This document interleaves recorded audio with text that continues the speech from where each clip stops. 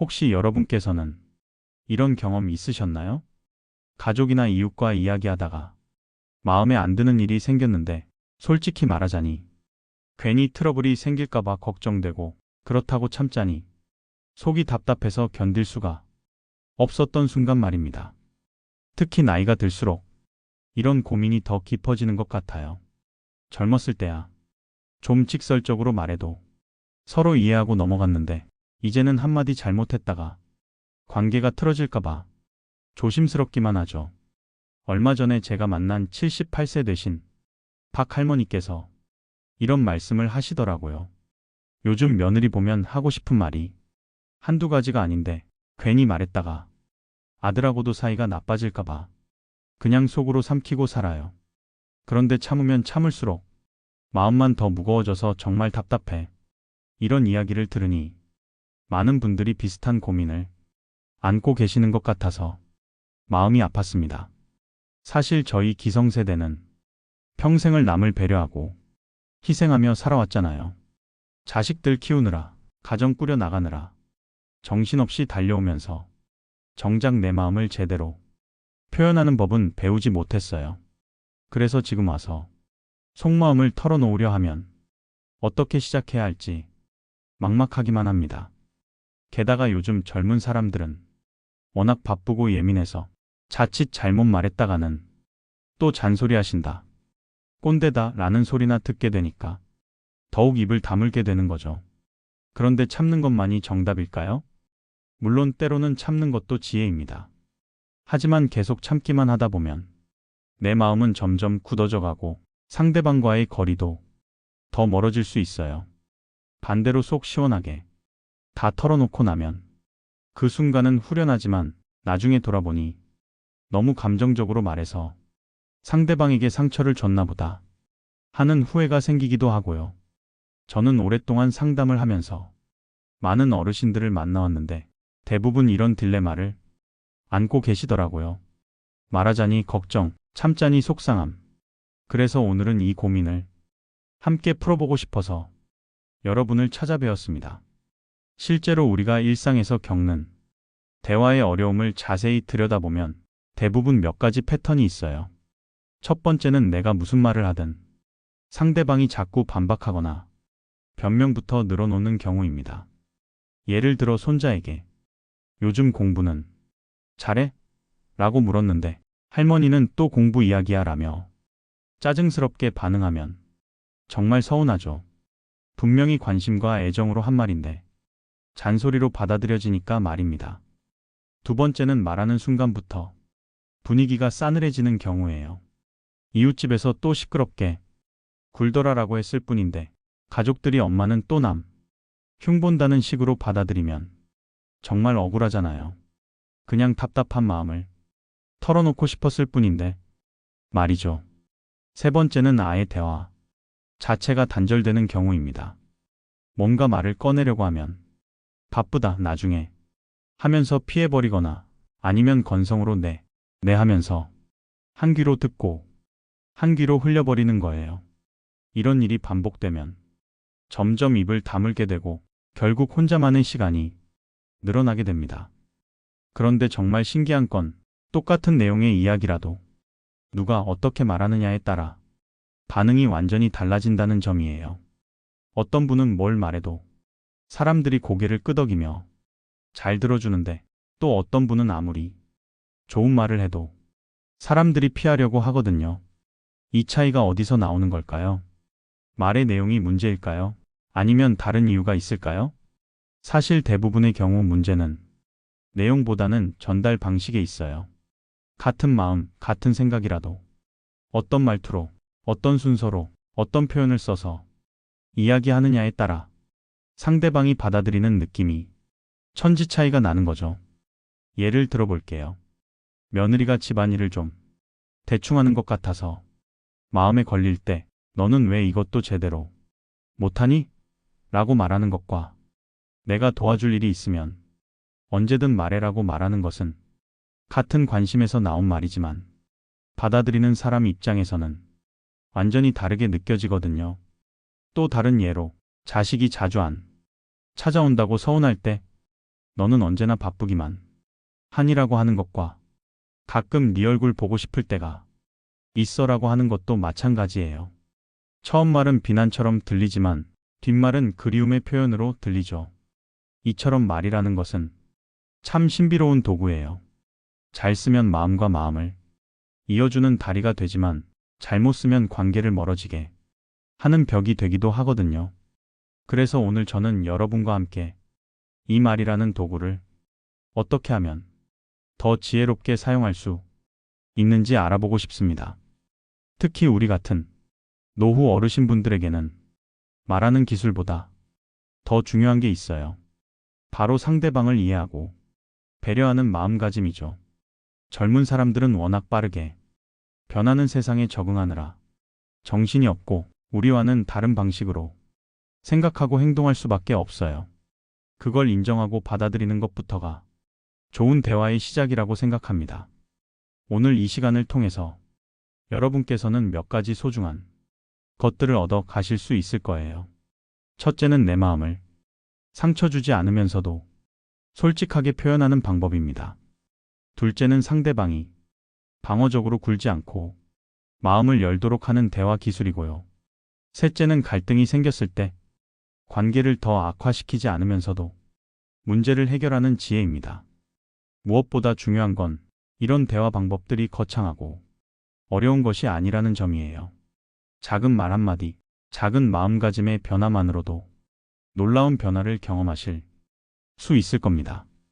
그럼 이제 본격적으로 우리가 일상에서 겪는 대화의 문제점들을 하나씩 짚어보고 어떻게 하면 더 현명하게 소통할 수 있는지 함께 알아보겠습니다. 구체적인 방법까지 알려드릴 테니 끝까지 놓치지 말고 들어보세요. 먼저 우리가 왜 대화에서 자꾸 부딪히게 되는지 그 이유부터 살펴볼게요. 사실 대부분의 갈등은 말의 내용 때문이 아니라 그 말을 어떤 방식으로 전달했느냐에서 시작되거든요. 첫 번째로 가장 흔한 실수는 상대방을 탓하는 말로 시작하는 거예요. 당신은 왜 맨날 그래? 너는 항상 그 모양이지. 나도 모르게 잘하는 말이죠. 근데 이런 식으로 말문을 열면 상대방은 본능적으로 자신을 방어하려고 합니다. 마치 갑자기 공격을 받은 것처럼 느끼는 거죠. 그러면 내 말을 이해하려고 노력하기보다는 어떻게 반박할지만 생각하게 되어버려요. 실제로 제가 아는 65세 되신 이 할머니 이야기를 들려드릴게요. 이 할머니는 아들이 집에 늦게 들어올 때마다 너는 왜 맨날 이렇게 늦어? 라고 말씀하셨대요. 그러면 아들은 엄마는 또 시작이네. 내가 일 때문에 어쩔 수 없이 늦는 건데라며 짜증을 내더랍니다. 결국 모자 사이에는 냉랭한 기운만 흐르게 되고 정작 할머니가 하고 싶었던 늦게까지 고생이 많구나, 몸 조심해라 라는 마음은 전혀 전달되지 않았던 거예요. 두 번째 문제는 감정이 앞서서 말을 하는 경우입니다. 화가 났을 때, 서운했을 때, 답답했을 때 그 감정이 뜨거운 상태로 입 밖으로 나오면 아무리 옳은 말이라도 상대방에게는 공격으로 들려요. 우리 어릴 적 어른들이 화나면 10초 세고 말해라라고 하신 말씀이 괜히 나온 게 아니거든요. 세 번째는 자기만 옳다는 생각에 사로잡히는 거예요. 내가 옳아, 내 말이 맞아라는 마음으로 대화를 하면 상대방을 설득하려는 게 아니라 굴복시키려고 하게 됩니다. 그러면 상대방도 지지 않으려고 더 강하게 맞서게 되고 결국 둘 다 상처만 남게 되죠. 그렇다면 어떻게 해야 할까요? 답은 생각보다 간단합니다. 상대방을 이기려고 하지 말고 서로를 이해하려고 노력하는 거예요. 내가 옳다는 걸 증명하려고 하지 말고 내 마음을 진솔하게 전달하고 상대방의 마음도 들여다보려고 하는 겁니다. 이제 구체적인 방법들을 하나씩 알려드릴게요. 가장 첫 번째로 알려드릴 방법은 마음으로 감싸고 말로 어루만지기입니다.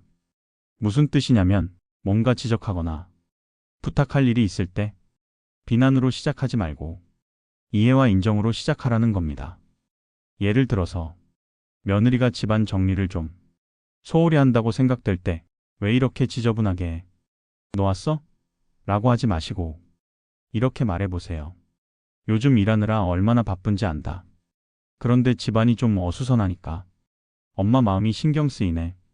시간 날 때 같이 정리해볼까? 이렇게 말하면 며느리 입장에서는 비난받는 느낌이 아니라 걱정해주는 마음으로 받아들이게 되거든요. 그래서 어머니, 죄송해요. 요즘 정말 바빠서 신경을 못 썼네요. 라고 자연스럽게 사과하게 되고 관계도 더 좋아집니다. 핵심은 마지막에 반드시 상대방을 인정하고 이해하는 말로 마무리하는 거예요. 그래도 내가 열심히 사는 건 알고 있어. 당신도 나름대로 애쓰는 걸 아니까. 이런 한마디가 들어가면 상대방은 마음의 문을 열게 됩니다. 두 번째 방법은 너 대신 나를 주어로 말하기입니다. 이게 정말 중요한데요. 같은 내용이라도 누구를 주어로 하느냐에 따라 받아들이는 느낌이 완전히 달라져요. 손자가 스마트폰만 보고 있어서 답답할 때 너는 왜 맨날 그것만 보고 있니? 라고 하지 마시고 할머니는 내가 스마트폰 보는 것보다 할머니와 이야기하는 시간이 더 소중하게 느껴져라고 말해보세요. 첫 번째는 손자를 비난하는 말이지만 두 번째는 할머니의 솔직한 마음을 표현하는 말이거든요. 손자 입장에서도 할머니가 나를 나무라시는구나가 아니라 할머니가 나와 시간 보내고 싶어 하시는구나로 받아들이게 됩니다. 이웃과 문제가 생겼을 때도 마찬가지예요. 당신네 집에서 너무 시끄럽게 해요라고 하지 말고 저희 집에서는 소리가 많이 들려서 잠을 설치게 되네요. 조금만 신경 써주시면 안 될까요? 라고 말하는 거죠. 이렇게 내 감정과 상황을 중심으로 말하면 상대방은 방어적으로 굴지 않고 미안한 마음을 갖게 됩니다. 사람은 누구나 자신이 공격받는다고 느끼면 반격하려고 하지만 상대방이 어려움을 호소하면 도와주려고 하거든요. 세 번째 방법은 질문으로 마음의 문 열기입니다. 내가 하고 싶은 말을 다 하고 나서 마침표로 끝내지 마시고 물음표로 끝내보세요. 그러면 상대방이 대화에 참여할 수 있는 여지가 생겨요. 예를 들어서 자식에게 건강관리에 대해 이야기할 때 너는 담배를 끊어야 해. 몸에 얼마나 안 좋은지 몰라라고 끝내지 마시고 엄마는 내 건강이 걱정되어서 이런 말을 하는 거야. 너는 어떻게 생각하니? 라고 물어보세요. 그러면 자식도 엄마가 또 잔소리 하신다가 아니라 엄마가 내 의견도 궁금해 하시는구나라고 느끼게 되고 자연스럽게 대화가 이어집니다. 혹시 저도 끊어야 한다고 생각해요. 그런데 스트레스 받을 때마다 자꾸 피우게 되네요. 라고 솔직하게 털어놓을 수도 있고요. 네 번째 방법은 시간을 두고 차근차근 말하기입니다. 화가 났을 때, 서운했을 때, 그 자리에서 바로 말하지 마세요. 잠시 마음을 가라앉히고 생각을 정리한 다음에 말하는 거예요. 감정이 뜨거울 때 나오는 말은 대부분 날카롭고 상처를 줍니다. 그리고 나중에 후회하게 되죠. 하지만 10분, 20분만 시간을 두고 마음을 진정시킨 다음에 말하면 같은 내용이라도 훨씬 부드럽고 상대방이 받아들이기 쉬운 말이 나와요. 며느리와 오해가 생겼을 때 바로 전화해서 따지지 마시고 얘야, 엄마가 지금 조금 마음이 상해서 차근차근 이야기할 수가 없을 것 같아. 내일 다시 연락할게 라고 하세요. 그러면 며느리도 어머니가 화나셨구나. 내가 뭔가 잘못했나? 하고 스스로 돌아보게 되고 다음날 대화할 때는 훨씬 더 진솔하고 건설적인 이야기를 나눌 수 있어요. 다섯 번째는 말할 때 절대 피해야 할 표현들과 꼭 써야 하는 표현들을 구분하는 거예요. 절대 쓰면 안 되는 말 중 첫 번째는 넌 항상, 당신은 맨날 같은 표현입니다. 이런 말은 상대방의 모든 노력을 부정하는 것과 같아요. 한 번 실수한 것을 가지고 항상 그런 사람으로 몰아붙이면 억울함만 커집니다. 두 번째는 내 말이 맞잖아입니다. 설령 내가 옳다고 해도 이 말은 상대방을 무시하는 것으로 들려요. 대화는 이기고 지는 게임이 아니라 서로를 이해하는 과정이라는 걸 잊지 마세요. 세 번째는 그럼 내 마음대로 해입니다. 이건 관계를 포기한다는 의미와 같아요. 상대방을 혼자 두고 떠나버리는 것과 마찬가지죠. 반대로 꼭 써야 하는 말들도 있어요. 그럴 수도 있겠구나라는 말은 상대방을 인정하고 존중한다는 뜻이에요. 나도 완벽하지 않아라는 말은 겸손한 마음을 보여주고요. 다음에는 더 잘해보자는 미래에 대한 희망을 함께 나누는 표현입니다. 이런 작은 표현들이 모여서 관계의 온도를 따뜻하게 만들어 주거든요. 거창한 말이 아니라 일상의 작은 말 한마디가 사람의 마음을 움직이는 거예요. 마지막으로 이 모든 방법들이 핵심을 정리해드리면 결국 상대방을 이해하려는 마음에서 시작하는 거예요. 내가 옳다는 걸 증명하려고 하지 말고 우리가 서로 다른 생각을 가질 수 있다는 걸 인정하는 거죠. 그리고 그 다름 속에서도 서로를 존중하고 배려할 수 있다는 믿음을 갖는 거예요. 이제 함께 나눈 이야기를 정리해 볼까요? 여러분, 오늘 제가 말씀드린 것들이 특별히 새로운 건 아니에요. 우리가 평생을 살면서 마음 한구석에 알고 있던 것들입니다. 다만 바쁘게 살다 보니 잊고 지냈을 뿐이에요. 상대방을 이해하려고 노력하고 내 마음을 솔직하게 표현하고 서로 다름을 인정하면서도 존중하는 마음. 이런 것들은 우리 어른들이 오래전부터 가지고 있던 지혜잖아요. 제가 아는 74 되신 최 할아버지께서 이런 말씀을 하시더라고요. 젊을 때는 내가 옳다는 걸 증명하려고 혈안이 되어 살았는데 나이 들고 보니 서로 이해하는 게 훨씬 중요하더라고. 이기는 것보다 함께 웃는 게 더 행복해. 정말 와닿는 말씀이었어요.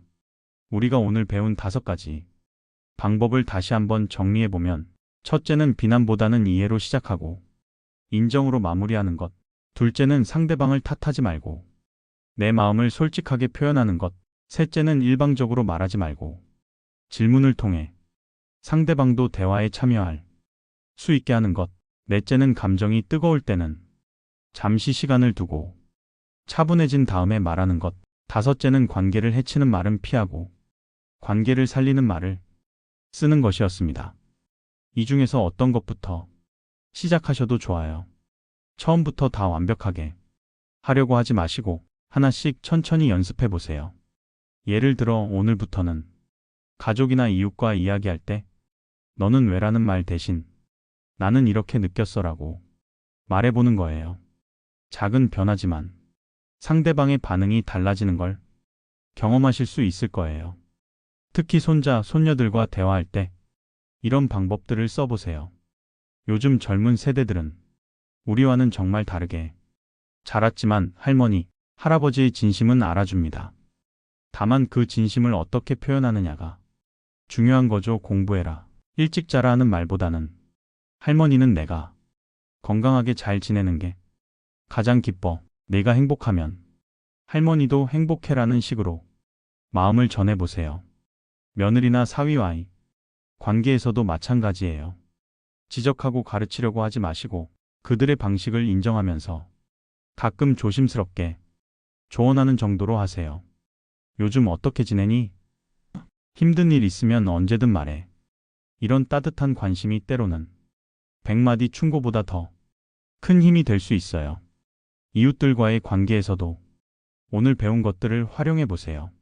뭔가 불편한 일이 있어도 바로 따지지 마시고 이런 일이 있어서 좀 어려웠는데 서로 조금씩 배려하면 좋겠어요 라는 식으로 부드럽게 접근해 보세요. 그러면 오히려 이웃과의 관계가 더 좋아질 수도 있어요. 무엇보다 중요한 건 완벽하려고 하지 말자는 거예요. 가끔 실수해도 괜찮아요. 말을 좀 세게 했다 싶으면 나중에라도 아까 내가 말을 좀 거칠게 했네. 미안해라고 하면 되거든요. 이런 솔직함도 관계를 더 깊게 만드는 힘이 있어요. 그리고 상대방이 당장 변하지 않는다고 해서 포기하지 마세요. 오랫동안 굳어진 관계 패턴이 하루아침에 바뀔 수는 없어요. 하지만 꾸준히 따뜻하고 배려 깊은 말을 하다 보면 분명히 변화가 있을 거예요. 상대방도 요즘 달라지셨네라고 느끼게 될 테니까요. 마지막으로 여러분께 당부드리고 싶은 말씀이 있어요. 오늘 배운 이런 대화 방법들을 혼자만 알고 계시지 마시고 주변의 다른 분들과도 나눠주세요. 경로당에서 만나는 친구들, 동네 이웃들과도 이런 이야기를 해보시고요. 요즘 손자랑 대화하는 방법을 새로 배웠는데라면서 자연스럽게 꺼내보세요. 그러면 다들 관심 있게 들으실 거예요. 우리 나이가 되면 새로운 걸 배우는 게 쉽지 않다고 생각하기 쉬워요. 하지만 대화는 평생 배우고 연습할 수 있는 거예요. 오히려 우리처럼 많은 경험을 쌓은 사람들이 더 지혜롭고 따뜻한 대화를 할 수 있다고 생각해요. 젊은 사람들보다 더 여유 있고 더 포용력 있게 상대방을 이해할 수 있거든요. 오늘 이 시간이 여러분의 일상의 작은 변화의 씨앗이 되기를 바랍니다. 말 한마디로 상처받고 말 한마디로 위로받는 것이 인생이잖아요. 그렇다면 우리의 말이 누군가에게 상처가 아닌 위로가 되고 차가운 바람이 아닌 따뜻한 햇살이 되었으면 좋겠어요. 집에 돌아가셔서 가족들과 저녁 식사하실 때 오늘 배운 것 중에 하나라도 써보세요. 오늘 하루 어땠어? 라고 물어보시거나 고생 많았구나라고 말해보시거나 아니면 그냥 사랑한다는 말을 해보세요. 분명히 가족들이 깜짝 놀라면서도 기뻐할 거예요. 여러분, 오늘 이 이야기가 도움이 되셨나요? 혹시 비슷한 경험이 있으시거나 오늘 배운 방법을 써보신 후기가 있으시면 댓글로 나눠주세요. 여러분의 경험담이 다른 분들에게도 큰 도움과 격려가 될 거예요. 특히 이런 방법으로 말했더니 손자가 이렇게 반응하더라. 며느리와의 관계가 이렇게 좋아졌어요. 같은 실제 사례들을 들려주시면 정말 감사하겠습니다. 그리고 오늘 이야기가 의미 있게 느껴지셨다면 구독과 좋아요 버튼을 눌러주세요. 여러분의 작은 관심이 저에게는 큰 힘이 되고 더 좋은 내용으로 찾아뵐 수 있는 원동력이 됩니다. 주변에 이런 고민을 하고 계신 분들이 있다면 이 영상을 공유해 주시는 것도 큰 도움이 될 거예요. 다음에는 또 어떤 이야기로 여러분을 찾아뵐까요? 혹시 듣고 싶은 주제가 있으시면 댓글로 제안해 주세요.